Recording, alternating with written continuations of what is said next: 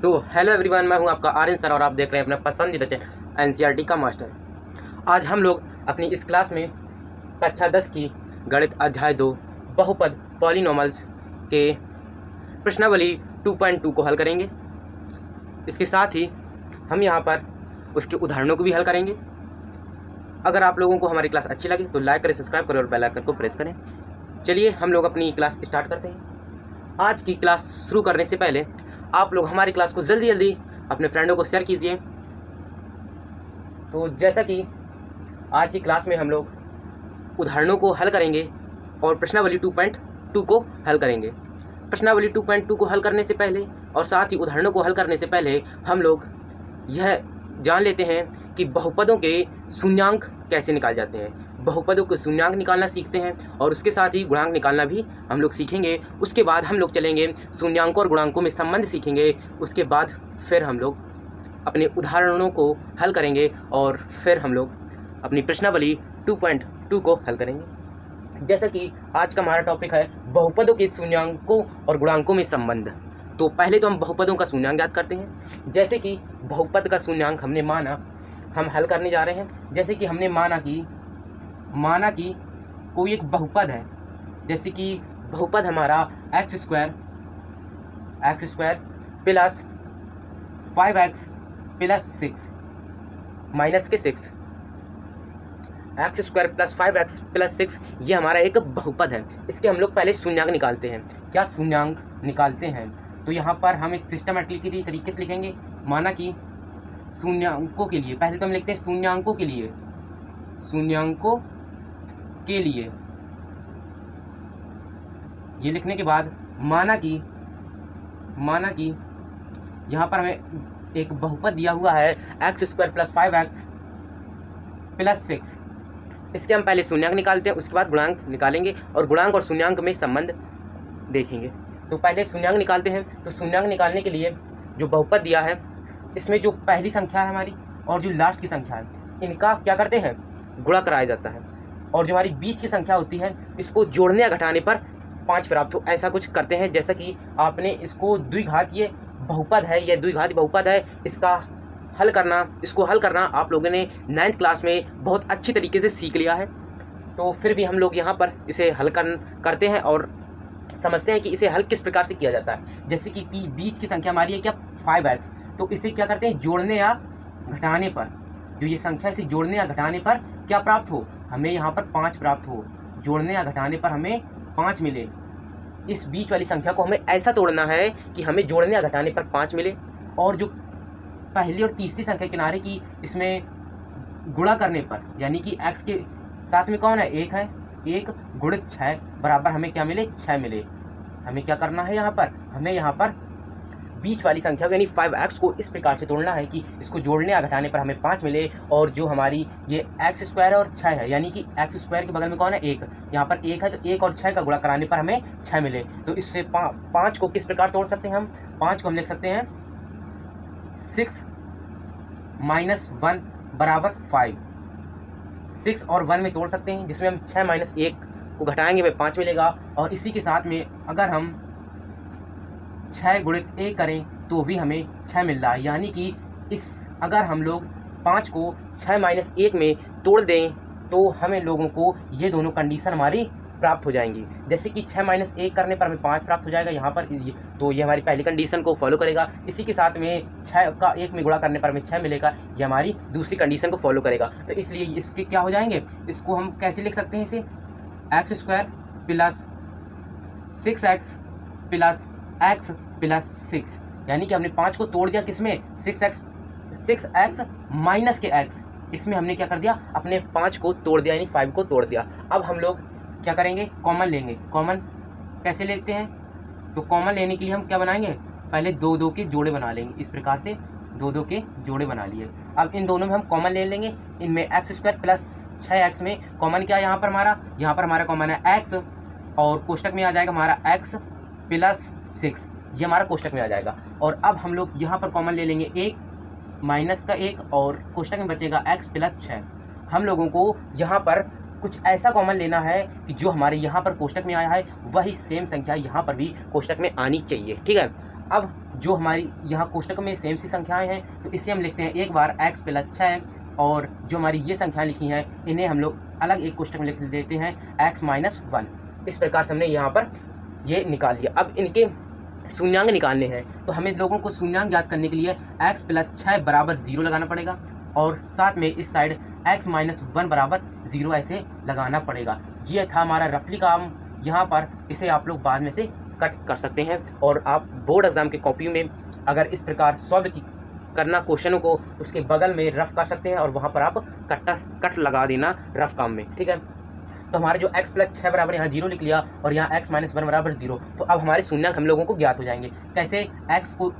x इसी side रहेगा, और जो प्लस के 6 है तो प्लस के 6 को जब पक्ष के उस साइड भेजेंगे हो जाएंगे माइनस के 6। तो इस प्रकार से हमें x का मान माइनस के 6 मिल गया। और इसी प्रकार यहाँ पर जो x है, x बराबर 1 का हो जाएगा पक्ष की दूसरी साइड, ये हो जाएगा प्लस का 1, और हमें शून्यांक क्या प्राप्त हो जाएंगे?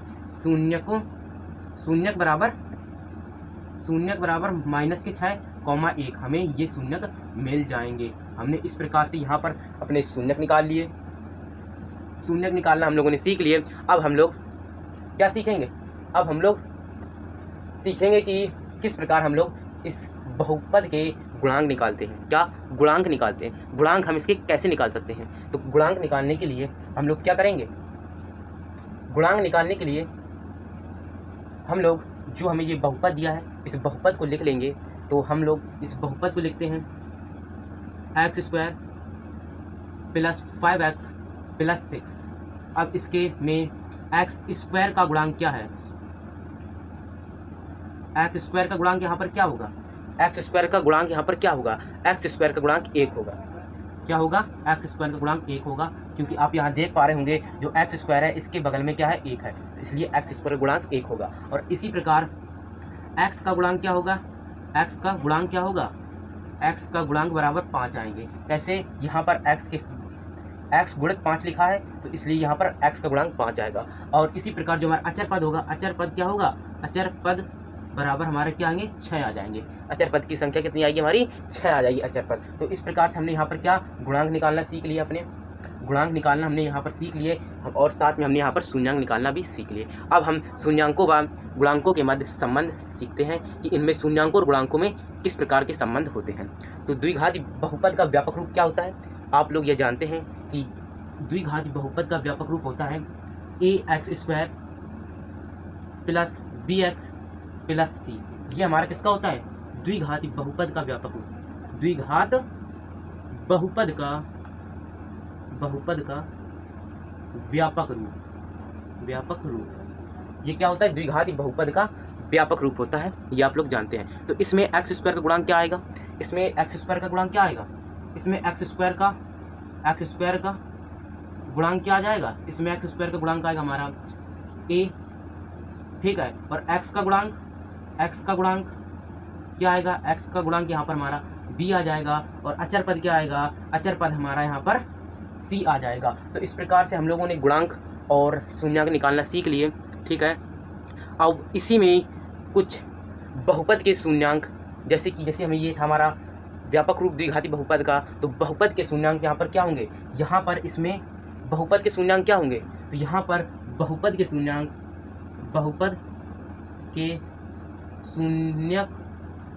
अल्फा और बीटा होंगे। क्या होंगे? अल्फा और बीटा। अब आप लोग सोच रहे होंगे कि ये अल्फा और बीटा कौन सी बला है? तो ये अल्फा हम लोग इस प्रकार बनाते हैं, और बीटा को कुछ इस प्रकार यानी बी बना करके नीचे डंडा खींचते हैं। ये हमारा बीटा होता है, ये होता है अल्फा। ये क्या होता है हमारा? ये होता है हमारा अल्फा, और ये जो होता है ये होता है हमारा बीटा। इसे बोलते हैं हम बीटा और इसे बोलते हैं हम अल्फा। ये हमारे क्या होते हैं? अल्फा बीटा होते हैं।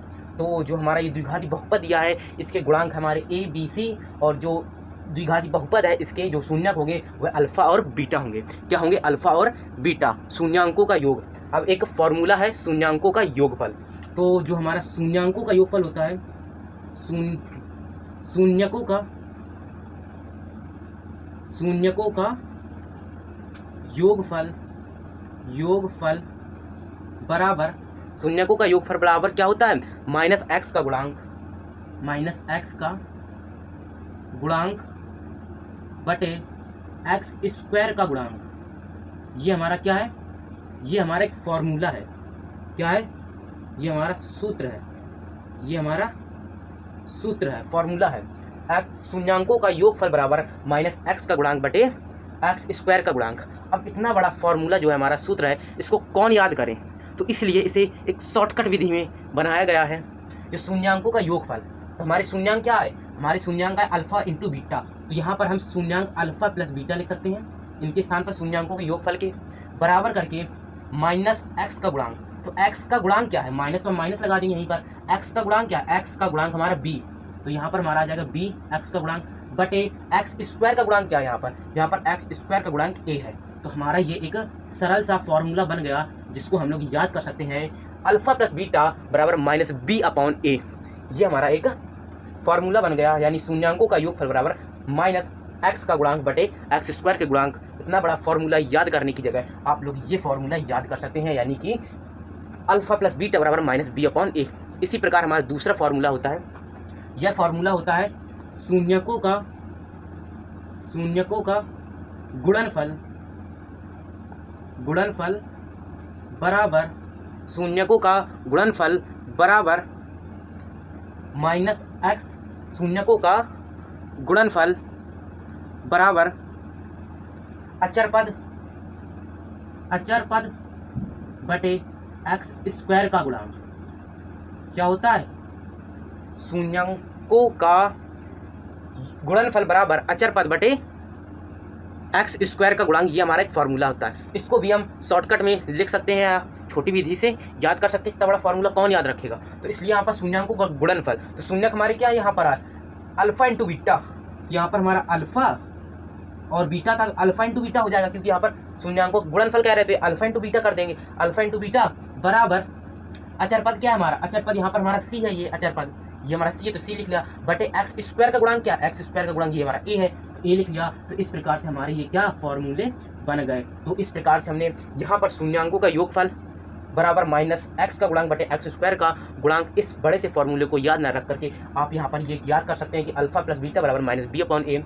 और अगला हमारा फॉर्मूला था शून्यांकों का गुणनफल बराबर अचर पद बटे एक्स स्क्वायर का गुणांक, तो इसके स्थान पर आप लोग याद कर सकते हैं अल्फा इंटू बीटा बराबर सी अपॉन ए। तो इस प्रकार से हमने यहाँ पर बहुपदों के शून्यांक निकालना सीख लिए, साथ में बहुपदों के गुणांक निकालना सीख लिए, और द्विघात बहुपद का व्यापक रूप के माध्यम से हम लोगों ने यह भी सीख लिए कि जो हमारे फॉर्मूले थे, यानी कि हमें शून्यांकों और गुणांकों के मध्य जो संबंध दर्शाना था, वह संबंध इन्हीं फॉर्मूले की सहायता से हम संबंध की सत्यता की जांच कर सकते हैं, इन्हीं फॉर्मूले की सहायता से। और इन फॉर्मूलों की शॉर्टकट विधि भी देख ली इन लोगों को, इन फॉर्मूलों को हम छोटी विधि से कैसे याद कर सकते हैं, यह सब हमने समझ लिया, पढ़ लिया। अब हम लोग अपनी उदाहरणों की ओर चलते हैं, जहाँ पर उदाहरण 2 हमें हल करना है। उदाहरण 2 से स्टार्ट करेंगे, और जो हमारा उदाहरण 1 था वह हमने अपनी लास्ट क्लास में हल कर लिया था। आप लोग चाहें तो उदाहरण 1 और प्रश्नावली 2.1 को नीचे डिस्क्रिप्शन में उसका लिंक दे दिया जाएगा, वहाँ से आप उनको देख सकते हैं। हम लोगों ने अपनी इस क्लास में बहुपद के शून्यांक और गुणांक निकालना सीख लिया है। इसके साथ ही बहुपद के शून्यांक और गुणांकों में संबंध कैसे ज्ञात कर सकते हैं वह भी हमने सीख लिया। अब हम लोग अपने उदाहरण 2 को अपनी अगली क्लास में हल करेंगे। इसके साथ ही हम लोग अपनी अगली क्लास में उदाहरण 2, 3, 4 और प्रश्नावली 2.2 को भी हल करेंगे। ठीक है, हल करने की कोशिश करेंगे। तो चलिए हम लोग आज अपनी क्लास यहीं पर समाप्त करते हैं, और आप लोगों से फिर बहुत जल्द अपनी अगली क्लास में मिलेंगे। जब तक के लिए बाय बाय। उससे पहले आप लोग हमारे चैनल को लाइक करें, सब्सक्राइब करें और बेल आइकन को प्रेस करें। चलिए फिर मिलते हैं अपनी अगली क्लास में। Thank you, bye bye.